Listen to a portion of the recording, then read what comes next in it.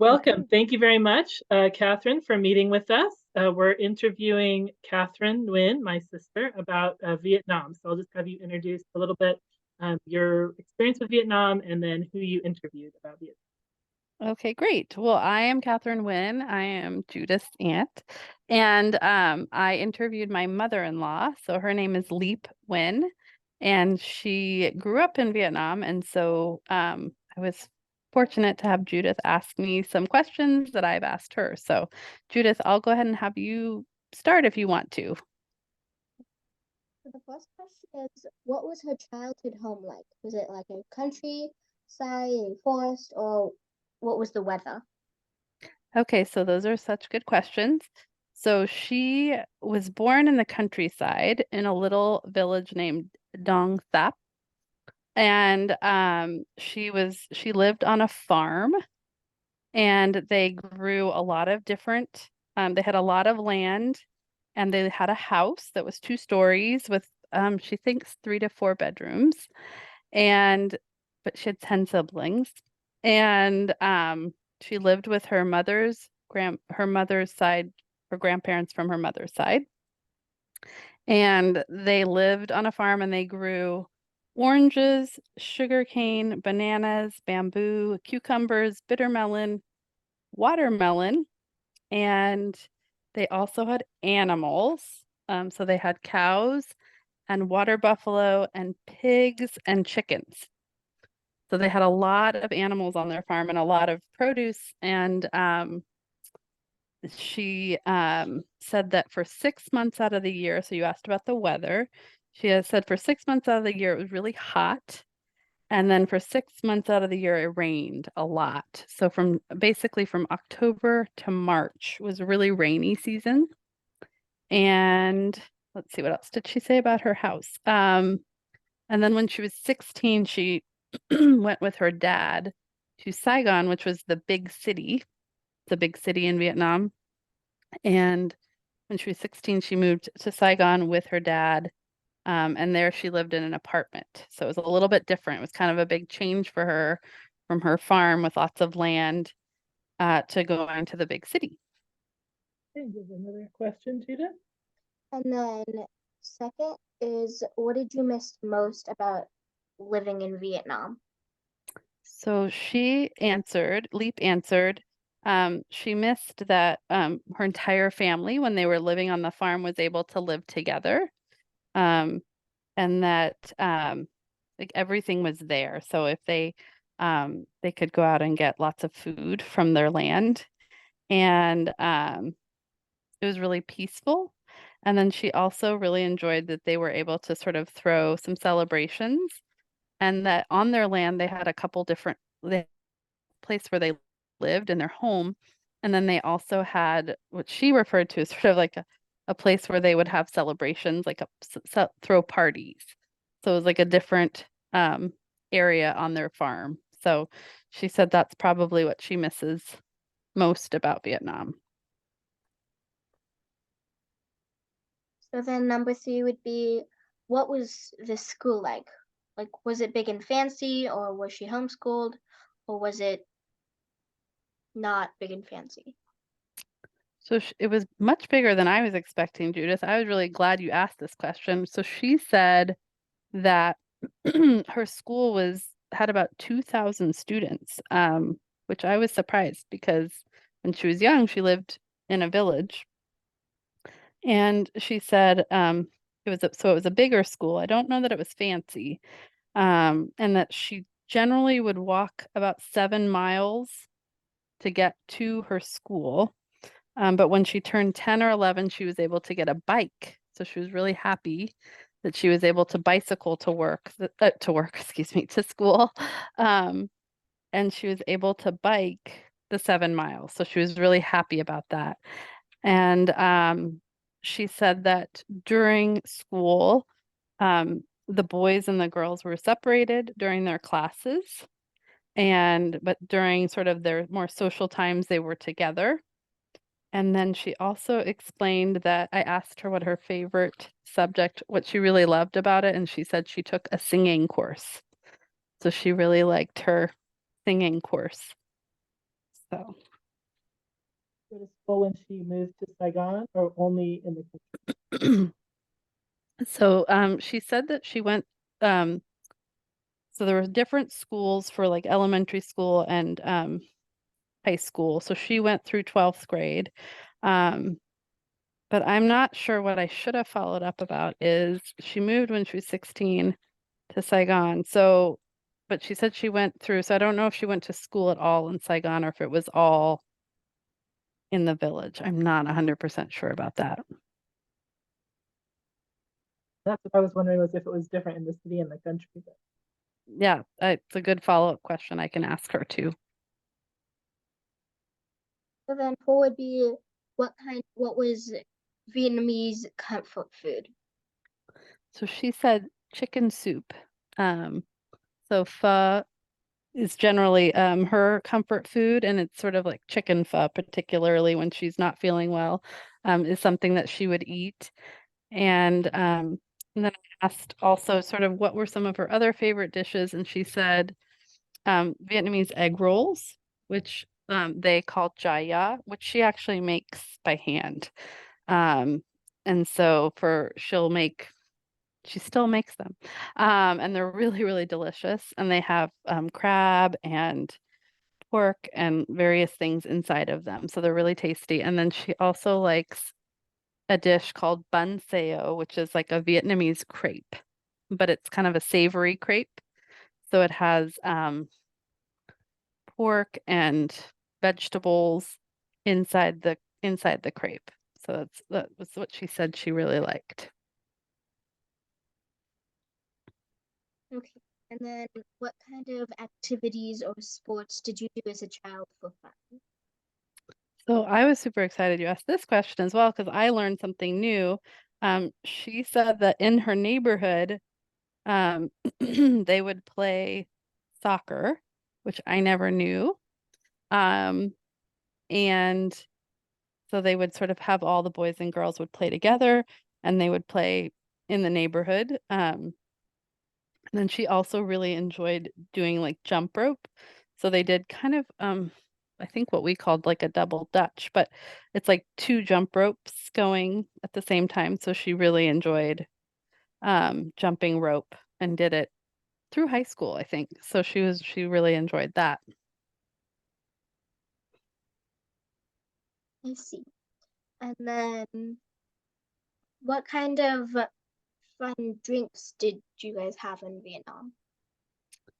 So she as a child, they have something called soda simoy, which is something I really like too, but it's basically sort of soda water, and then there's a little bit of a plum that you kind of muddle, but it's been kind of salted plum. And then you put sugar in with the salted plum and the muddled, and it's kind of like a sweet and salty. It's really refreshing.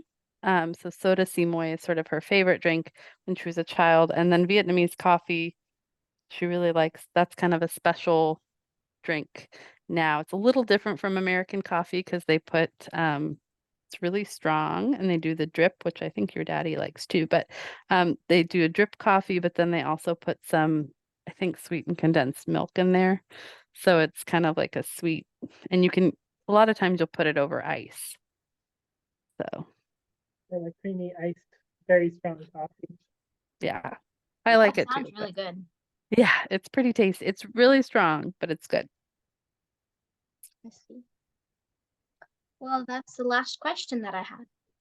Okay, sounds great. I also did ask her, like, did she have a close group of friends? And she said there were, um, she had about 7 or 8 really close group of friends. Um, and so and they were mostly girls. So that was fun for me to learn about too, just because I didn't know, because she hasn't lived there in quite some time. Um, it was exciting for me to learn about some of her childhood friends too. So, And I know that you and Tony went there because he was born, your husband, our Uncle Tony, was born in Vietnam, and then you went back for your honeymoon. So did you have any thoughts or impressions about Vietnam when you were there?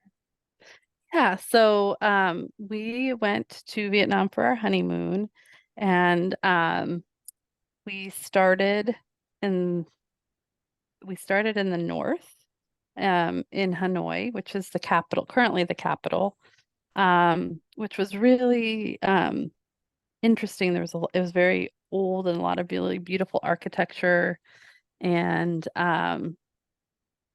we had some really, really good food. Actually, everywhere in Vietnam we had really good food. But and then from there we went out to Ha Long Bay, which is sort of a series of islands, and we slept on a boat on the bay. Mm. And we got to get off the boat, and then we hiked to the top, and the water is really pretty and green, and the islands just kind of come up from out of the water. And it was really fascinating for me to see there's people who actually live out on the islands on boats. We saw somebody watching a television on a little boat.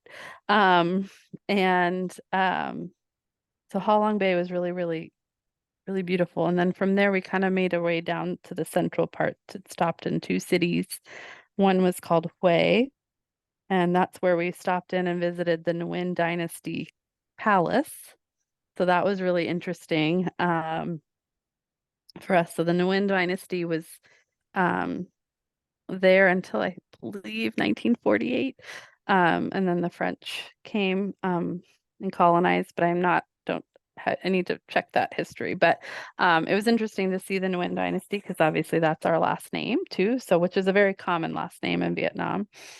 So that was interesting to learn more about that history. And then um, from there, we went to my very favorite city, which was called Hoi An. And what I loved most about Hoi An is that there were no mopeds. So it was really old architecture, and it was a combination of Japanese, Chinese, and Vietnamese architecture. There was a little Japanese bridge, covered bridge. Um, and there was a lot of artists doing like carving and making lanterns, and they have silk, a lot of silk there. So they had you could have special custom clothes made. Um, and then the other really amazing thing about Hoi An for me, in addition to the architecture and just being able to walk in the old part of the city, it was so beautiful, um, was the food was really delicious. And we had read before we left in the New York Times, there was an article, it was called Mrs. V's cooking class, which we didn't do the cooking class because you had to get up at like 4 in the morning and go to the market, and it was kind of a big commitment, but she did have a couple of restaurants. So, and Tony said it was the best banh mi, which is a Vietnamese sandwich that he had ever had. So, and their pastries are so delicious because the French bread is similar to what you can get in France. So, so then from there we went to Saigon, or one of the biggest cities in the southern part of the country, which is where Uncle Tony was born, um, and toured around. And that also was really big, bustling city, and got to see lots of historical sites there, and toured the palace that where the Southern Vietnamese had been sort of running the country from that particular palace. So that was really interesting with a lot of history. And Tony's mom had actually worked at the U.S. Embassy, so in Saigon. So it was interesting for us to go to the Reunification Palace, and there's really, really exciting markets where you can get street food, and they sell all sorts of things. So it was a really, really fun trip. And then we did one last stop out at the beach at Nha Trang. And that was Uncle Tony, when I said, this is what our itinerary is, he looked at me and thought, wow, that's a lot of stops. But we were there for several weeks, and I said, I don't know how often we'll be able to go back. So I was really, really grateful for the opportunity to see different parts of the country. And it was interesting in the northern part of the country, Uncle Tony speaks Vietnamese, but they really he couldn't understand them, and they couldn't understand him because the dialect is so different. And so, but when we were in the southern part, it was much easier. So that was kind of an interesting thing for us. And I'll stop there and let me know if you have questions or want any more So information. you said that Leap was from a small village. Was that village in the southern part, the central part, or the northern part? 'Cause I know they're kind of distinct. A little bit that I've read about Vietnam, that there's a little bit distinct, those three areas. Yeah, so she lived in the southern part. It's along the Mekong Delta. So I had to look it up because actually I knew that she was from the south because that's kind of a big deal. There's like definitely different parts of Vietnam. But it was in the southwestern part along the Mekong Delta. So would you go back? Absolutely. I was just so funny. Ava just asked me in the car, Mom, if you could just go anywhere in a plane ride tomorrow, where would you go? And it was a toss up between Paris and Hoi An for me. So if you didn't have to worry about anything else, those were two places I hope to get to revisit. So Hopefully you'll I be able to definitely take Ava and Kai one day and let them see the country. I really hope so too. It's just it's beautiful, and we had a really, really nice time.